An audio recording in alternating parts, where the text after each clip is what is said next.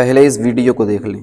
मेरा नाम शहर है। ये फैसला मेरा ही था। एक हादसा हुआ था गुजरात के अंदर ना, एक लड़की थी आयशा, उसने खुदकुशी कर ली थी। इस वजह से उसके माँ बाप दहेज ना दे पाए शादी में, तो उसका निकाह नहीं हो पाया, तो उसने खुदकुशी कर ली। तो उसी वक्त मैंने सोचा था कि आपके पास जो रिसोर्सेज हैं, आपका उसका इस्तेमाल किस तरीके से कर सकते हैं। किसी के पास अगर माल है तो माल से वो कौम को फ़ायदा पहुँचाए, वो दीन बन जाता है।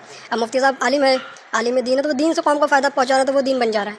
मैं देख रहा हूँ कि मेरे पास अगर कुछ नहीं है तो मैं क्या कर सकता हूँ कि वो कौम को फ़ायदा पहुँचाए, वो मेरा आखिरत भी बना दे।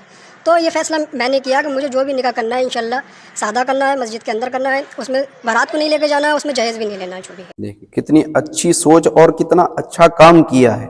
काश हमारी और आपकी भी सोच ऐसी हो जाए कि हम निकाह को आसान कर दें और जिना को मुश्किल। लोग आएंगे, खाएंगे और चले जाएंगे, कोई आपकी मदद नहीं करेगा और आपकी जिंदगी गुजर जाएगी बेटी की शादी में लिए हुए कर्ज को चुकाते चुकाते। एक बाप अपनी बेटी को बचपन में खिलौने ला के खरीद कर दिया करता था, लेकिन जब बेटी बड़ी हुई, शादी के लायक हुई,